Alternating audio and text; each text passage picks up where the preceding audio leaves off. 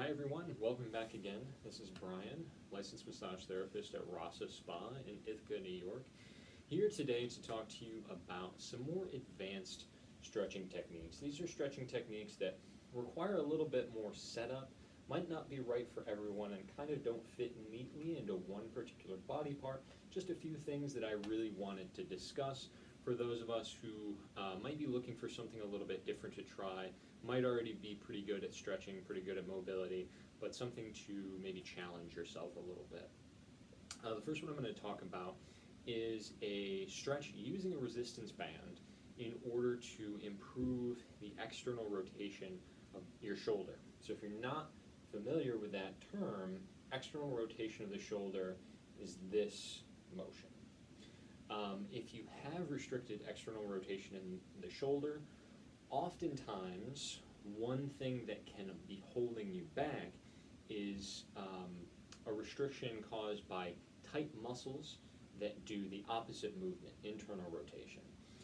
Those muscles include your pecs and your anterior or your front delts. A lot of times folks who are trying to improve their external rotation are going to really focus in on this front aspect, and while that's really, really good work and you should do it, sometimes an often forgotten place to work on is the internal rotators that live on the back side of the upper back and shoulder. I'm talking about lats, the pull-up muscle. It's easy to do a lat stretch just by hanging from a pull-up bar or doing a child's pose, but those particular movements really don't target the freeing up that external rotation that is the opposite movement that the lats do. Even if you are completely doing a reverse grip on a bar, which would seem like it's going to get in there, it often doesn't really address that. So I'm going to use a resistance band that's just off camera.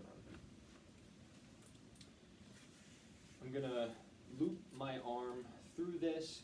You can use one of those more loop resistance bands. I have the tube kind, that's just particularly what I have, but the other kind is totally fine. As long as you can set it up to be just about right above elbow height.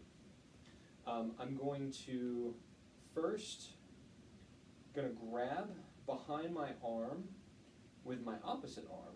I'm going to grab right above the wrist, pulling it so that the crease of my wrist is just to the other side of my spine.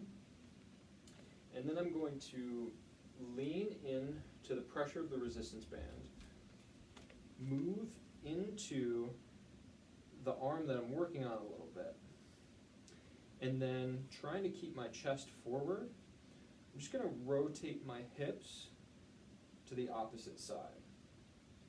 And then what I'm feeling is I'm starting to feel right back here, a nice stretch happening kind of just to the back side of the armpit. And then you can see I'm moving my shoulder up and down just to find a spot where that stretch feels the most intense and the most productive for me.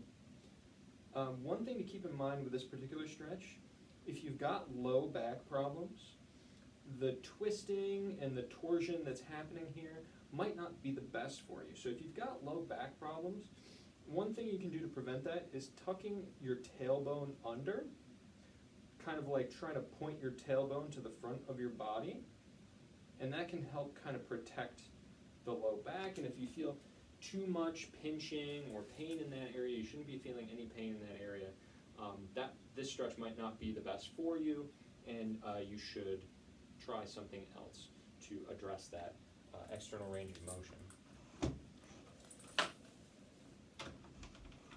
So just changing the height of the resistance band here, because I'm going to now show you a way to get a more intense hamstring stretch than you might be able to get just by doing a forward fold or leaning in. I'm going to loop my foot through my resistance band. I am just putting my calf up on on a foam roller, and that just gives me a little bit of room to make sure that my knee is kind of going toward the floor, which is going to intensify that hamstring stretch. And I'm just going to pull back until I get some tension on the resistance band. Basically, this is providing some what's called distraction. So it's pulling my foot this way, and then I'm going to loop my other foot over just above where my knee is, and then I'm going to do the hamstring stretch. So I'm going to adjust the camera just slightly so that you can see the upper part of my leg a little bit better.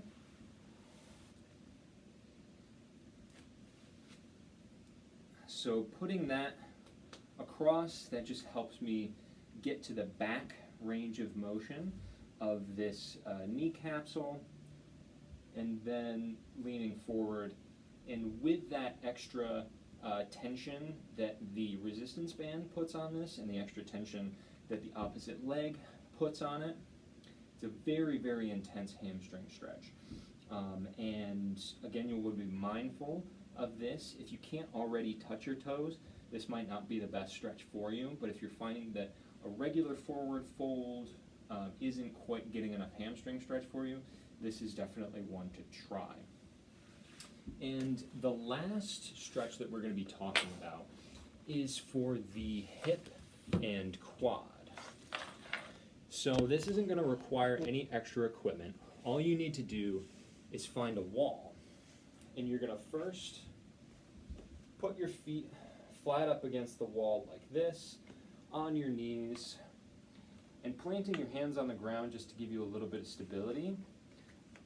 I'm going to put my knee in the crease where the floor meets the wall with my ankle up the wall. I'm going to plant my opposite foot on the floor, and then still using my hands for a little bit of stability, I'm going to work into this range of motion with my hip, pushing my hips forward and back, and finding a place where I feel a really good stretch. And once I feel kind of comfortable in that range, then bringing my torso upright, and you can see I'm kind of pushing my glute all the way back toward my heel, and coming out, and coming back in. And you don't have to have perfect being able to get your heel to your glute here in order to try this out. If you're more in this range, that's totally fine. If you only have more like 90-degree flexion, I wouldn't really try this. But if you're about here and you're trying to improve it, this is a great stretch for that. Also being mindful of your knee. This is a hard floor, so if you're doing it on a hard floor, it can be kind of painful for the knee that's on the ground. I'm actually wearing knee pads right now, so it feels okay for me.